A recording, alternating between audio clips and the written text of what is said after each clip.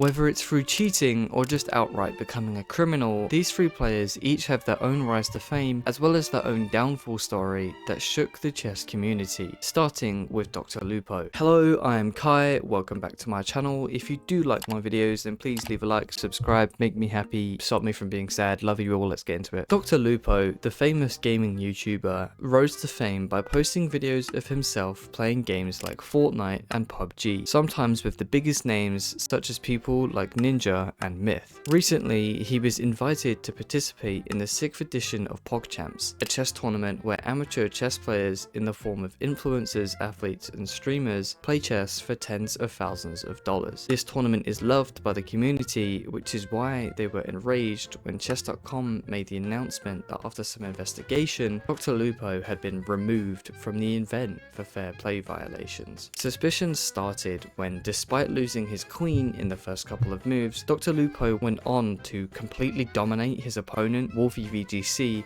in insane fashion. This was strange considering Wolfie was a solid 700 points higher rated than him. He was accused of cheating on Twitter, where he immediately denied and said he just played one game well but then got rolled the rest of the day. Now, I have taken a look at the game myself, and just to give you an objective view from somebody that is bad at chess but knows enough, it's completely obvious that he cheated in this game, and to the point you can even tell the exact point where it starts. On move 14, where he plays the move b4. If you know a little bit about chess, that's just no 600 level player is going to find the move b4. And Dr. Lupo, if you're watching, what were you thinking? Because that was absolute, just beyond stupid. You couldn't have been more obvious. Later that same day, he took to Twitter again to admit that he had actually been watching the stream on a second monitor and was listening in on the moves that commentators were suggesting. And then it only took a day for him to then make a final statement about the situation, with him fully admitting he cheated, explaining why and how he did. With Dr. Lupo's future left unsure, this next case has had his future sealed for him. Alejandro Ramirez was a chess player and commentator for the St. Louis Chess Club, a well-respected company responsible for holding some of chess's biggest tournaments, including the Singfield Cup and the St. Louis Rapid and Blitz. These were elite tournaments for the best players in the world, and it was here that he would often be found commentating on moves and talking to the players after their games. Alejandro cemented himself as a talented chess player when he became a FIDE master at 9, international master at 13, and a grandmaster at 15, which made him the second youngest in the world at that time. But not all of his career was covered in roses. In February of 2023, Jennifer Shahade, a strong chess player as well as an awesome advocate for women in chess, came forward on Twitter accusing Ramirez of sexual harassment. In a tweet she titled "Time's Up," she said that there were investigations underway about Ramirez's actions, which even included victims that were underage. This led to investigations being launched by both the US Chess Federation and St. Louis Chess Club. Her statement also made 4 other victims come forward about his misconduct. The investigations found that Ramirez had assaulted at least 8 victims spanning over a decade, and what makes this situation even more deplorable is that the US Chess Federation, as well as the St. Louis Chess Club, were aware of the allegations against Ramirez since 2021, with reports of his actions going back even as far as 2011. Despite knowing Ramirez had these allegations against him, he was still awarded the position of the US women's team coach in the Chess Olympiad in 2022. In response to Jennifer's statement, she was met with friction and was told to be more mindful of how her tweet can violate policies and affect the US chess's process. Jennifer returned this by saying that her tweet in fact helped to get the truth faster, as it gave others the confidence to come forward. She also mentioned on Twitter that this warning came in the form of an intimidating letter. As a result of the handling of this situation, as well as Jennifer's achievements always being, quote, minimized and ignored, she resigned from her position from the director of the US Chess Women's Program. The president of US Chess also denied a claim that Jennifer was intimidated, with no further comments other than to refer to the arguably short farewell message to her on the US Chess website. In my opinion, it's actually kind of deplorable how the actions of one man can go ignored and unnoticed for so long,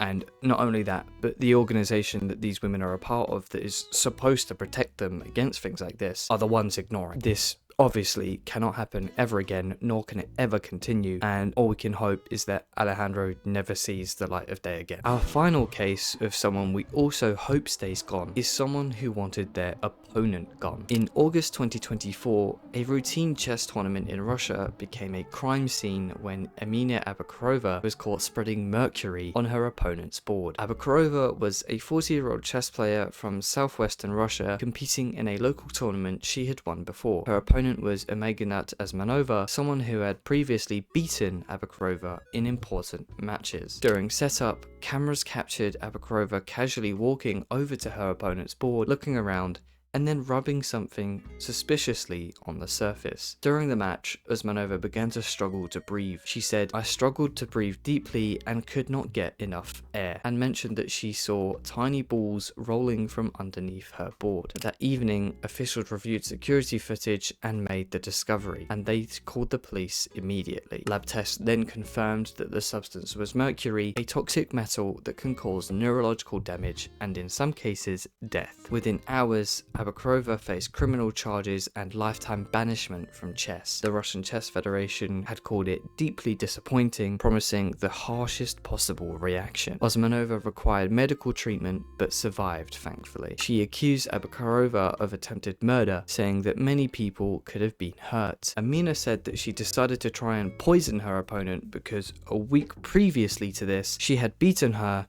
in the Dagestan Rapid Chess Championship, and she, quote, wanted her gone from the tournament. Sounds a bit extreme, if you ask me. This wasn't just attempted cheating, it was attempted homicide. Chess players are well aware of the possibility of cheating, but no one could have expected that it would go to the extent of taking the violence off the board. Abakarova's case and charges have since been dropped as a result of there not being enough damage to her opponent, despite her and 2 others in tournament hall being affected by the poisoning. Emina has been given a lifetime ban from chess, and hopefully she doesn't come back. I hope you enjoyed the video. Please remember to like and subscribe, it helps me a lot.